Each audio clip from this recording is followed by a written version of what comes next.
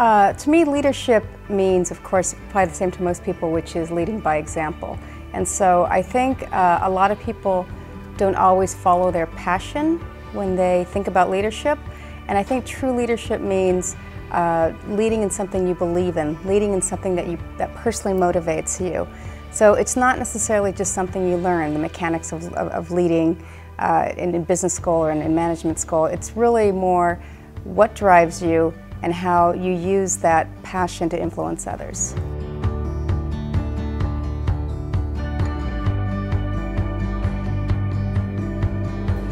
I was part of a political sweep in one particular city that I worked in, and so it was kind of my first termination, so to speak, although it was, again, as part of this package of people that were moving on from the next administration. I would have imagined that that kind of political sweep would have led to my next opportunity, and so going from one city to what became my future career with the city of San Francisco was probably the best thing that ever happened to me.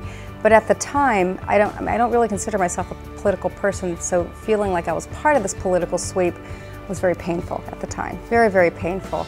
And sometimes you somehow assume that just because you work really hard, you think you're doing the right things, that things just tend to go down a certain path without thinking about kind of the other factors, the political environment, etc.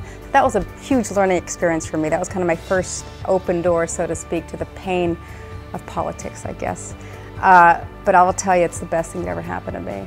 And it was from there that I met Willie Brown, who became one of my mentors from the city of San Francisco.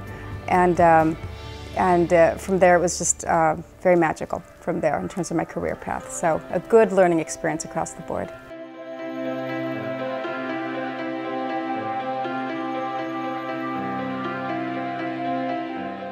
Every relationship matters, every single one. And life is too short to burn bridges. Life is too short to think that someone who you might think might not serve any purpose serves every purpose. And so I try not to be too kind of discriminating in terms of whether I need to meet this person, etc.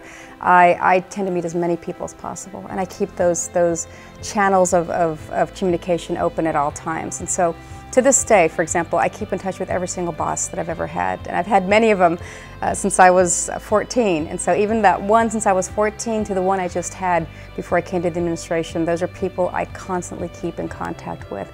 And I consider them all to be my mentors. And they've been men and women. And then same with my colleagues, my work colleagues. I tend to keep in touch with them every step of the way. And what people don't realize, it really does all converge. It really does interconnect. And every relationship that I've had, really, I've tried to cultivate and nurture, even if it's not just for career progression, but really for my own kind of personal growth. You remember people from, we were just talking about someone that I've known for 30 years, to this day is still one of my best friends.